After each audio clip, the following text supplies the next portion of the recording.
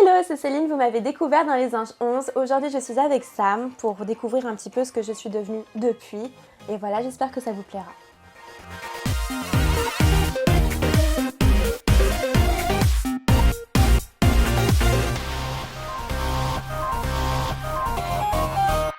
Céline Morel? Eh oui, Mais c'est le jour et la nuit!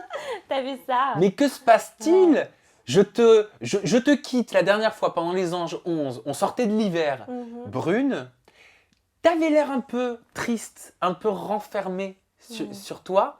Et là, j'ai l'impression de voir une jeune femme lumineuse qui a totalement changé physiquement, mentalement. C'est dû à quoi? Exactement, je suis heureuse. Voilà. C'est vrai qu'avant, je voulais paraître solide. J'avais pas vraiment envie de montrer ce côté où j'allais moins bien, tout simplement. C'est vrai qu'un tournage, c'est difficile. Hormis le tournage, ma vie aussi, il y avait des hauts et des bas, plutôt des bas. Et puis maintenant, ça va bien. J'ai décidé de me reprendre en main, de me faire plaisir, de me chouchouter, de passer avant. Et voilà, la nouvelle Céline est là. Alors avant qu'on fasse un point ensemble, Ensemble. post-ange, ensemble, forcément, voilà, ça rime en ange, et ben je te propose qu'on parle de cette métamorphose, qu'on évoque ensemble ce nouveau look. Déjà, tu es devenue blonde, Exactement. et je sais pas ce que tu as changé, c'est ta façon de te maquiller, ta façon de t'apprêter, mais il y a quelque chose de différent. Alors c'est simple, avant je me maquillais à peine, je mettais un peu de mascara, je ne savais pas me maquiller. Là j'ai dû apprendre parce que quand tu te teins en blond, forcément tu as besoin un petit peu. J'avais aussi cette envie de me sophistiquer un peu, de devenir plus femme et j'ai pris du poids. J'ai pris passablement de poids, j'ai pris 7 kilos, presque 8 bientôt. Bravo, parce que je sais que c'est ce que tu voulais, que tu t'es toujours battu avec Oui. le poids dont on parlera dans mon nouveau format qui s'appelle Pour Mhm. devenir qui je suis. Je vous en parlerai en fin d'interview qui permettra au travers de 5 objets intimes et personnels de découvrir Céline totalement différemment comme ce ne serait pas possible de la découvrir là. Vous comprendrez pourquoi. Mhm. Mais revenons sur cette transformation physique. On dit que dans la vie d'une femme, un changement capillaire, surtout un changement de couleur, c'est jamais anodin et que ça vient toujours de plus profond. Est-ce que tu as fait Ouais. cette rétrospective? Parce que je sais que tu réfléchis beaucoup. Bien sûr, alors il y a eu deux choses, vraiment. La première, c'est vrai que je me suis vue dans Les Anges. Quand tu passes à la télé, quand tu le vois, ce qui ressort, des fois tu te rends compte de certaines choses. Je me trouvais extrêmement maigre, terne, en fait vraiment terne, et c'était pas moi, ça me représentait pas. Très classique, voilà, et il y avait eu un chagrin d'amour aussi, voilà. Alors attends, terne, Mm. classique, terne. Donc on dit ça, on utilise ce mot pour qualifier une couleur, par exemple, qui est terne. Toi, Ah, tu l'utilises pour toi, ma comme si tu étais personne, éteinte. oui, j'étais éteinte, c'était ça vraiment. Mhm. J'étais complètement éteinte. J'ai essayé de lutter, j'ai essayé de paraître bien parce que voilà, on donne quand même un exemple aux jeunes. Ils disent voilà Céline, comment tu fais pour être autant sûre de toi? On a envie d'être comme toi. Et tu peux pas leur dire non mais les gars, je me trouve horrible, tu peux pas. Pourquoi tu n'avais pas la force de le dire avant? Pourquoi tu pouvais pas? Pourquoi tu étais obligée de te cacher derrière un sourire de façade? Je pense que ça fait aussi partie de mon éducation. Voilà, même quand on va pas bien, il faut montrer qu'on va bien, qu'on assure, qu'on est là, qu'on est au top. Et en fait, pour moi, c'est voilà, mes parents m'ont toujours dit, tu peux pas te plaindre, tu peux pas te dire ouais t'es moche, ouais t'es ci, ouais t'es ça. Si t'es pas content, en fait, tu changes. Et si t'es pas capable de changer, dans ce cas, tu t'acceptes dans ce rôle-là. Et puis tu vas pas saouler tout le monde avec tes complaintes, en fait, tout simplement. Donc moi, à ce moment-là, j'étais pas capable de changer, j'étais pas capable de me reprendre en main pour reprendre du poids, voilà. Et du coup, voilà, il fallait assurer, tout simplement. Si tu devais te décrire celle que tu voyais, celle que tu regardais dans les courts extraits qui passaient sur les réseaux sociaux ou à la télévision, sur Énergie 12, euh, comment tu la voyais cette jeune femme? Comment tu la qualifiais?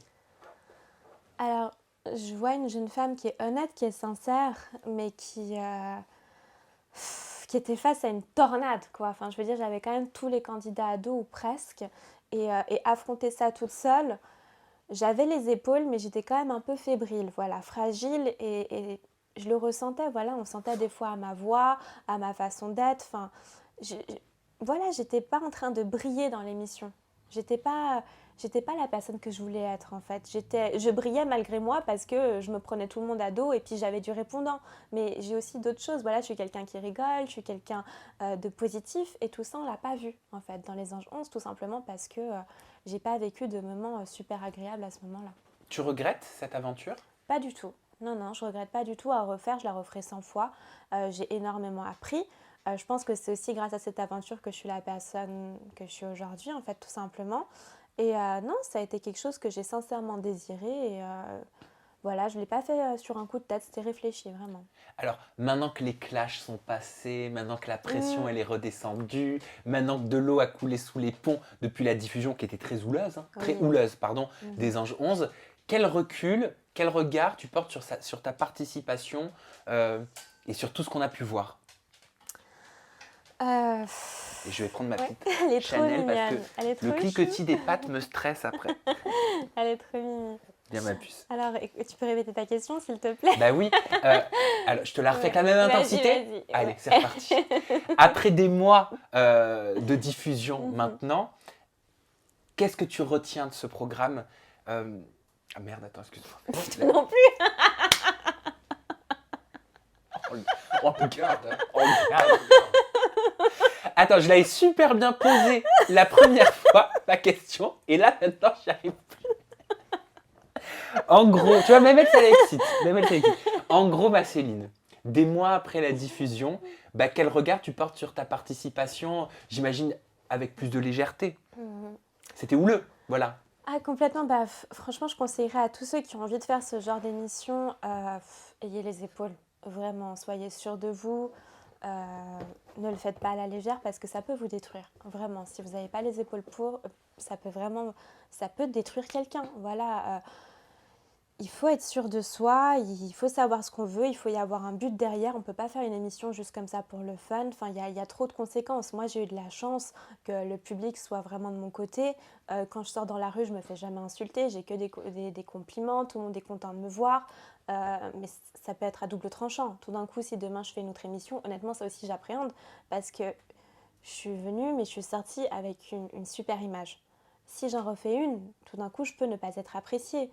Il peut y avoir les montages, il peut aussi y avoir moi certaines de mes réactions, et tout est disproportionné. Donc c'est vrai que ça fait très très peur. Il faut y réfléchir. Super image auprès du public, Mhm. c'est ce que j'ai pu constater, c'est ce qu'on a tous constaté, je crois, sur les réseaux sociaux. Tu avais fait l'unanimité quand même, presque, hein, Oui. à ta sortie des Anges, mais pas auprès des candidats Non. pour qui tu passais pour, je crois, hein, sans vouloir déformer ce que j'avais vu, mais que tu passais pour une personne snob, hautaine, Mhm. trop sûre d'elle, Mhm. et au final, qui te permettait de dire beaucoup de choses. Oui, oui, oui. Bah, c'est vrai que je suis sûre de moi. C'est vrai, c'est pas parce que des fois je peux avoir 2-3 complexes ou me sentir mal que. Non, disons que je sais que je suis quelqu'un de gentil. Je sais que je suis quelqu'un d'intelligent. Alors, il y a plus gentil, il y a plus intelligent, il y a plus honnête, mais voilà, ça fait partie de mes qualités. Donc, quand quelqu'un essaye de dire le contraire de moi, je ne vais pas le laisser faire parce que voilà, j'ai ces valeurs, elles sont ancrées en moi, je sais ce que je vaux, voilà. Et de nouveau, ça aussi, c'est tout mon parcours qui a fait ça. Donc, je ne vais pas me laisser démonter par certaines grosses têtes de l'émission. C'était quoi le plus dur? D'être la différente. Voilà, de ne pas avoir... c'est vrai, j'ai eu Natania avec moi un petit moment dans l'émission, mais après, le reste de l'aventure, j'ai été un peu toute seule, voilà. De ne pas avoir une meilleure amie, un meilleur pote, de ne pas avoir un confident, de toujours avoir peur de ce que je peux dire, des gens qui peuvent peut-être faire semblant d'être mes amis et qu'après, le lendemain, ça peut être répété parce que finalement, ce ne sont pas mes potes, ce sont... comment dire, des collègues de travail en fait. Et c'est vrai qu'avant de faire ce genre d'aventure, on n'y pense pas qu'on est au travail et que ce sont des collègues de travail. Pourquoi, Voilà. selon toi, tu n'as pas réussi à t'intégrer à ce groupe? Et là, je crée volontairement l'entité de groupe, hein. Je ne pense pas à une personne en particulier. Je pense que c'est ma différence. Je ne parle pas comme eux, je m'exprime vraiment d'une façon différente. Voilà, on me dit t'es hautaine, mais moi je pense pas qu'être bien élevée c'est être hautain, pas du tout. J'ai une autre façon de réfléchir, je suis pas une suiveuse. Donc du coup, moi je suis une meneuse de groupe. Voilà, j'ai pas de problème que les autres le soient aussi, sauf que eux ne voulaient pas ça. Donc je dis les anges emblématiques, ils voulaient que tous les anonymes soient des suiveurs. Mais moi je suis pas comme ça. Je suis pas née pour être une suiveuse, j'ai jamais été une suiveuse de toute ma vie. Donc forcément je me suis retrouvée meneuse de groupe, mais de groupe toute seule, de mon propre groupe. Voilà. Pour réussir dans la télé-réalité, il faut être, selon toi, Céline, un suiveur ou un leader? Je pense que pour réussir, il faut être un leader, mais un bon leader. Voilà. Si tu es suiveur, on va pas te voir, on va pas te remarquer.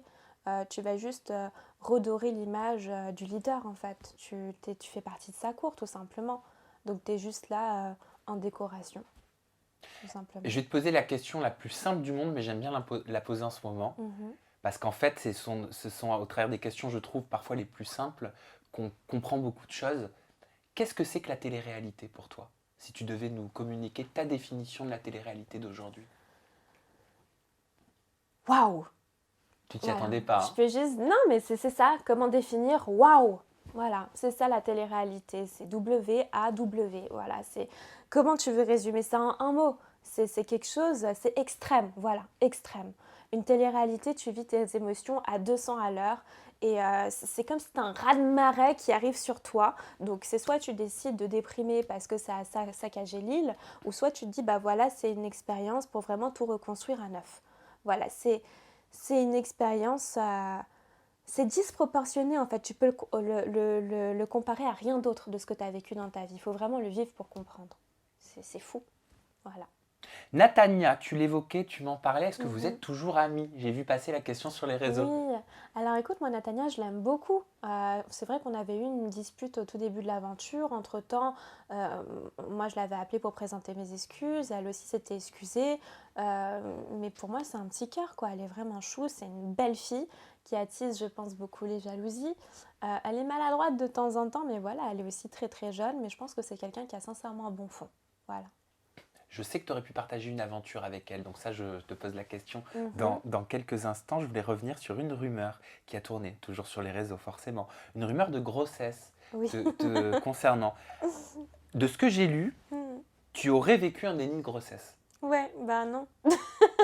Non, j'ai jamais été enceinte de ma vie, enfin rien à voir, pas encore, enfin voilà, mais non, écoute, je suis simplement tombée malade, j'ai fait une intolérance alimentaire, j'ai mangé un poisson qui n'était pas frais, donc au début je me suis filmée, voilà, c'était drôle, mon ventre était un peu ballonné, j'en rigolais un petit peu avec les gens qui me suivent, et finalement ça a dégringolé, je me suis retrouvée aux urgences, quoi, donc j'ai vraiment souffert, c'était juste horrible, et quand je suis sortie des urgences, donc moi j'ai éteint mon téléphone pendant 24 heures, je reprends mon téléphone et je vois Céline enceinte de Nicolo.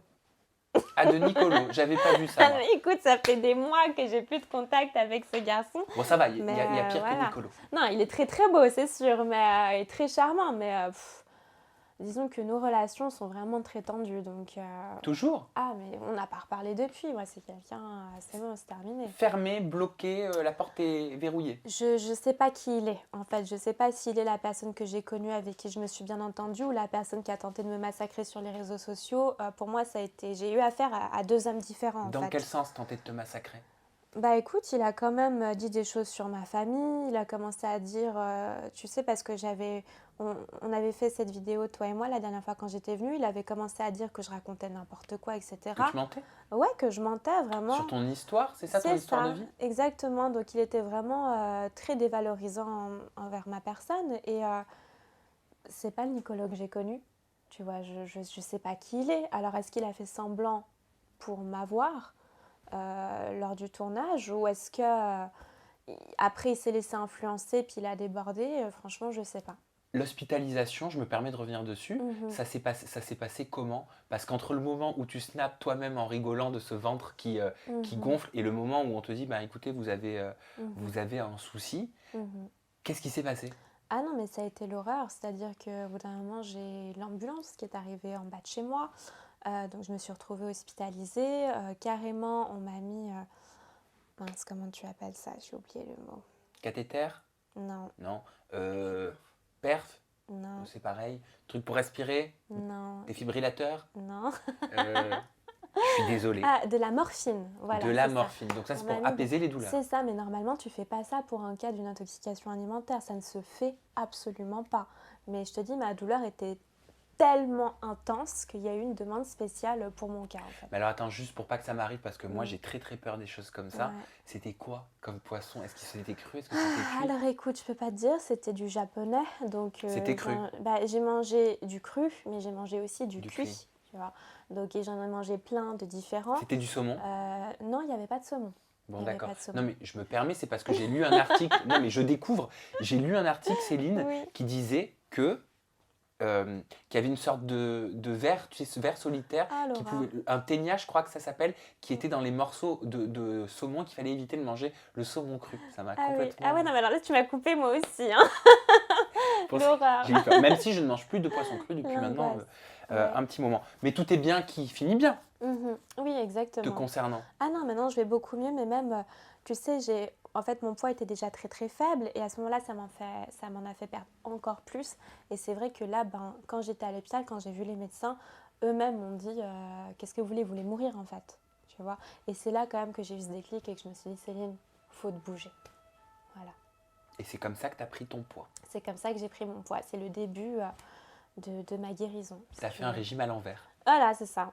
C'est-à-dire qu'au lieu de te Ouais. battre comme je me bats pour perdre cette bouée que j'ai autour du ventre, Mais pas du tout, tu plaisantes. ah, j'ai un t-shirt, Céline. J'ai un t-shirt. Oh non. Ok, d'accord. Non, mais je comprends parce qu'on a tendance à ne. Non, mais je rigole, Ouais. mais au fond, c'est un sujet très sérieux. Parce qu'on a tendance à toujours parler des personnes qui ont besoin de perdre du poids ou qui veulent perdre du poids, mais on parle trop peu des personnes qui se battent pour pouvoir en prendre, comme toi. Et tout ça, on l'abordera en profondeur au travers d'un objet qui t'est très particulier dans cette deuxième partie de vidéo qui s'appellera Pour devenir qui je suis. Revenons sur les news depuis les anges. L'après-émission, tu l'as vécu comment? Une fois que tout s'est tassé et le fait que ta vie privée aussi, pour la première fois, depuis que tu es arrivé au monde sur cette terre, soit étalée, qu'elle soit vraie ou fausse parfois, au grand public. Alors écoute, moi, l'après-télé-réalité, je suis directement partie à l'étranger. Voilà. Je suis partie pendant plusieurs mois, j'ai fait plusieurs pays. J'ai aussi rejoint mon ex-copain pendant un temps. Celui avec qui ça s'est arrêté et... Oui, alors c'est, je dirais, à cause ou grâce à lui que finalement j'ai fait les anges. Voilà, c'était dû à notre rupture. J'ai pété les plombs. Tu vois, j'avais envie de faire autre chose, de partir. Pour moi, c'était vraiment signer la fin. Et finalement, je t'avoue que quand j'ai fini cette aventure, je restais tout le temps enfermée chez moi. Voilà, dans le noir, je sortais pas, j'osais même pas aller faire mes courses. J'étais vraiment mal à l'aise. Moi, qu'on me reconnaisse, même si c'était positif, hein, ça me faisait peur au début. Oui, le regard. Voilà. Ben, je me sentais envahie, en fait, dans mon intimité. Mais Voilà. comment veux-tu apprécier un regard extérieur alors que le propre regard que tu portes sur toi n'est pas positif? C'est ça, exactement. C'est très, très difficile à vivre, honnêtement. Surtout quand on ne connaît pas, quand on ne s'y attend pas. On a beau te prévenir que ça va être ça. Tant que tu l'as pas vécu, tu sais pas ce que c'est. Donc voilà, j'ai pris ma valise. Mon ex-copain qui m'a appelé, qui m'a dit « Écoute Céline, il faut que tu prennes l'air, que tu te bouges un petit peu. » Je ne l'ai pas écouté. Finalement, il a fait un aller-retour. Il est venu me chercher. Les deux, dans une grande villa, 2 chambres à part. Tu vois, on a vécu comme de bons potes. Je dis pas, il y a eu des dérapages. Hein, mais, C'est dur hein, de couper mais définitivement. bien sûr, c'est dur. Surtout quand c'est un amour qui a beaucoup compté pour toi. Tu vois, mais honnêtement, ça m'a fait beaucoup de bien. Et ça a aussi fait partie de toutes ces choses qui ont fait que j'ai pu remonter la pente. Pendant combien de temps t'es resté enfermé? Pendant combien de temps t'es resté dans le noir? Pendant combien de temps t'avais peur du regard des autres après les anges? Je dirais 2 bons mois, 3 quand mois. même. Ouais. C'est-à-dire que même on m'a invité à aller à des galas, des événements, il fallait porter une petite robe pour y aller, robe obligatoire. Et je me retrouvais à vider toute ma penderie et à pleurer et à décommander à la dernière minute en disant non, je suis malade, alors que pas du tout, c'est juste que je complexais de montrer mes jambes. Voilà la vérité. T'avais peur qu'on te regarde? J'avais peur de faire peur, en fait. Quand je me regardais dans le miroir, je me dégoûtais tellement ma maigreur était intense. Donc c'est vrai, oui, il faut s'assumer, il faut assumer le corps qu'on a, mais je l'assumais pas. Voilà, je l'assumais pas. Je me sentais comme un petit monstre sur pattes, quoi. Et par rapport à tes parents, par rapport à ton papa, par rapport à ta maman, beaucoup de choses étaient sorties, tu t'en souviens? Tu sais à quoi Oui. je fais référence? Parce qu'il y a toi qui as choisi de faire une émission, mais il y a tous ceux qui n'ont pas choisi Oui. et qui se retrouvent indirectement mêlés, même si on ne voit pas leur visage, et peut-être touchés.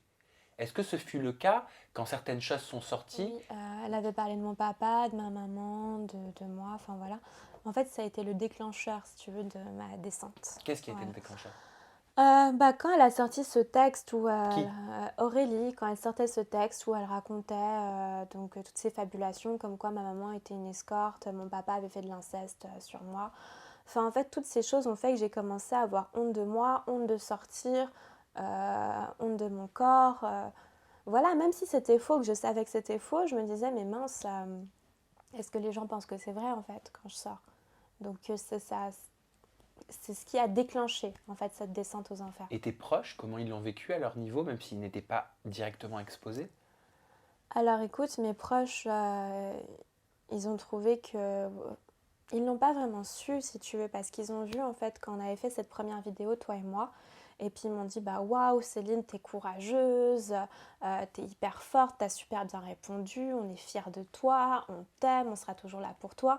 Donc si tu veux, j'ai joué ce rôle même auprès de ma famille, même auprès de mes meilleurs amis, même auprès de mes parents. J'ai toujours joué ce rôle de femme forte en fait. Et du coup, quand je m'enfermais, ils savaient même pas que je m'enfermais. C'était ah non, je suis bien, je reste chez moi, ou non, t'inquiète pas, une copine est passée me voir, ou mais alors que non, j'étais toute seule. Voilà. Donc je me sentais pas d'en parler à qui que ce soit de tout ça. T'as eu des nouvelles de certains anges? Non, Aurélie, pas du tout. J'ai juste vu là dernièrement. En fait, on m'a envoyé des stories où, écoute, je ne sais pas si ça me visait, mais ça avait tout l'air en tout cas, où elle défendait une candidate Fidji en disant qu'elle aussi, elle avait vécu la haine sur les réseaux sociaux, l'acharnement du public. Pourquoi? Parce que 2 personnes s'étaient victimisées. Et il me semblerait que quand elle parle de 2 personnes qui se sont victimisées, elle ferait allusion à Natania et moi. Voilà.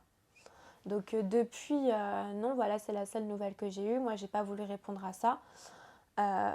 Parce que ça sert à rien d'alimenter tout ça. Honnêtement, tu sais quoi, moi je la remercie parce que grâce à ce descente aux enfers, j'ai pu remonter encore plus que ce que j'étais avant. Tu vois, regarde, tout va bien. Mais sinon, non, j'ai Beverly et Vivian qui m'ont appelé directement quand j'ai fini mon aventure et qui m'ont beaucoup soutenue alors que j'ai pas eu de tournage avec eux. En fait, on s'est vraiment croisés. Oh, parfois, il y a des Donc, histoires qui touchent. ah, mais ils ont été vraiment adorables, un vrai soutien pour moi. Ils m'ont appris beaucoup de choses aussi, comment fonctionner. Euh, voilà, je t'ai dit, Natania, j'ai quelques nouvelles. Tout à l'heure, je suis censée dîner avec Benjamin aussi. Donc voilà, il y en a quelques-uns, oui. Pourquoi tu repars pas sur la saison 12 des anges?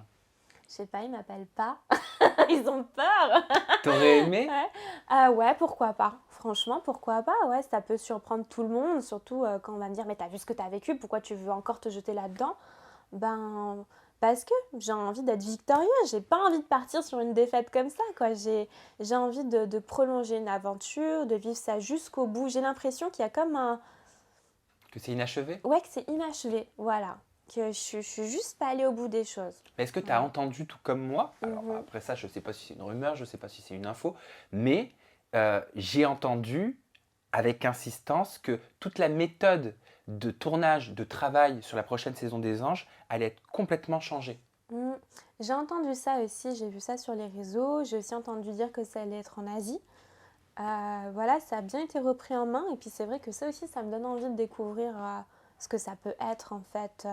Et ça se trouve, ce sera beaucoup plus détendu et dans une meilleure ambiance. Donc, Tu penses que c'était ouais. important d'influer du changement et de faire évoluer positivement le Je programme? pense que c'était vraiment nécessaire. Je pense que, à mon avis, le public s'est fait entendre en fait.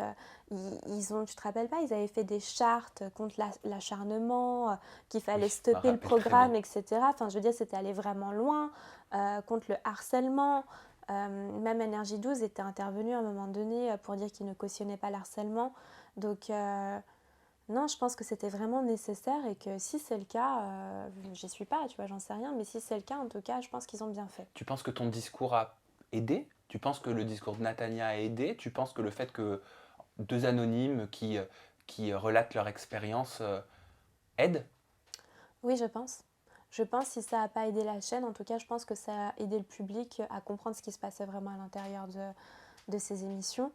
Je pense que c'est nécessaire, en fait. Ils ont le droit de savoir la vérité, on n'a pas à leur mentir. La Villa 5, je voulais t'en parler Mhm, parce que pour moi, tu étais au casting, aux dernières mhm, rumeurs. Pour mhm, moi, tu avais une problématique amoureuse et on mhm, allait te voir aux côtés de Lucie Mariotti. Pourtant, tu n'es pas en tournage, Céline. mhm. Alors écoute, jusqu'au dernier moment, je pensais aussi y participer. On avait déjà choisi ma problématique, il m'avait déjà fait signer d'ailleurs au mois de mai. Donc avant tout le monde, il m'avait dit on te veut absolument, on est sûr, c'est bon, on signe le contrat, il n'y aura pas de désistement, promis, promis, promis. Et là dernièrement, il y a quoi, il y a 10 jours peut-être, je reçois un message, non, je reçois un message pour me dire comme quoi je ne ferai plus partie de cette aventure. Quel est le motif? On me l'a pas dit. Et quel est le motif selon toi? Alors j'ai entendu plusieurs choses. On m'a inventé 5 couples différents. On m'a parlé aussi notamment de mon ex-copain, mais ça je ne l'ai jamais caché. D'ailleurs ma problématique aurait été je n'arrive pas à passer à autre chose ou à vraiment aimer à partir de cette histoire. On m'a aussi dit que c'était possiblement, écoute, j'ai pas envie de faire une polémique, mais que c'était parce que j'avais pas accepté de signer chez certaines maisons de placement de produits et que peut-être que des gens n'avaient pas apprécié au placé, mais en fait j'en sais rien, tu vois, c'est des on-dit. Ce sont des suppositions. Des suppositions, voilà, j'en ai absolument aucune idée. Idem pour les princes de l'amour 7. Idem pour les princes de l'amour. Tu devais être princesse. Oui, je devais être princesse, oui. Donc ça aussi, on m'a aussi dit que les princes de l'amour avaient donné une fausse rumeur à la villa pour que la villa ne me prenne pas, pour finalement me faire venir dans les princes de l'amour, parce que j'avais déjà refusé les princes de l'amour pour la villa à la base. Et finalement, quand la villa s'est désistée, donc les princes de l'amour m'ont fait venir à Paris en casting en me disant ouais, c'est pratiquement sûr que t'es prise. Et finalement, tout le monde a annulé. Donc je sais pas, écoute. Ou peut-être quand même pas, hein. Tu sais, peut-être que tout simplement, je suis pas une bonne candidate pour eux. C'est tout. Juste pour revenir sur tes explications, pourquoi est-ce que tu n'as pas choisi de signer dans une agence de placement de produits? Alors, je vais te dire la vérité, ça, moi, là-bas, j'ai fait de la télé-réalité. Oui, ok, pour l'expérience, mais surtout pour me mettre à mon compte. Je rêvais de me mettre à mon compte. Quand les maisons de placement de produits sont venues à moi, quand j'ai terminé mon programme, j'ai été flattée, j'ai hésité, on m'a fait des offres plutôt cool, mais j'avais pas envie de représenter des produits que j'utilise pas réellement, qui ne me plaisent pas. Alors que là, en étant à mon compte, je peux vraiment présenter que des choses qui me plaisent. D'ailleurs, dans les contrats que je fournis, si je reçois le produit, que je le teste, que je l'aime pas, j'ai pas à le promotionner et j'ai même pas à le renvoyer. Enfin, ça me décline de toute responsabilité, tu vois. Donc, je peux vraiment faire mes propres choix et c'est ça que je voulais faire depuis toujours. Quand tu dis une somme confortable, ça représente quoi? Dans les maisons de placement de produits, alors on m'a fait plusieurs offres. Hein. Je t'avoue que les premières n'étaient pas terribles. Et quand j'ai dit non, ils m'ont laissé comme ça 1 ou 2 mois. À mon avis, bon, ils vont dire qu'ils avaient plus de choses à faire, mais moi je pense plutôt qu'ils te laissent galérer pour après revenir vers toi, que tu saisis n'importe quelle offre qu'ils te donnent. Donc non, franchement, tu peux avoir un appartement confortable, tu peux organiser tes soirées, tes petites sorties, tu peux te nourrir. Voilà, ça te permet de vivre confortablement. Voilà. Après, c'est pas le grand luxe, surtout quand tu démarres, mais tu peux vraiment t'en sortir grâce à ça. Tu peux vivre de ça. Eh ben merci Céline, je suis content d'avoir fait cette prise de nouvelles avec ma communauté et avec toi, découvrir ton changement, te voir heureuse, voir cette lumière dans tes yeux qui est en train de briller. Et tu l'as dit, tu as fait tout ça pour pouvoir créer tes propres choses et tu l'as fait parce que tu as ton propre blog qui est très beau, www.morelceline.com. Tu partages tes coups de cœur vestimentaires. C'est un blog lifestyle très professionnel. J'ai mis le nez dedans. Bah, c'est simple, si vous allez le voir, vous le verrez par vous-même. Ton compte Instagram, c'est Morel-Céline. Et ton compte Snap, pour tout ce qui est story, pour tout ce qui est quotidien, c'est Céline-Morel. Ouais. Céline, je t'offre le mot de la fin. Ta caméra est juste ici. D'accord. Alors, je vous remercie d'avoir regardé cette vidéo en toute intimité avec Sam. Comme d'habitude, ça a été un vrai plaisir d'être ici et j'espère à très très bientôt. Ciao à tous.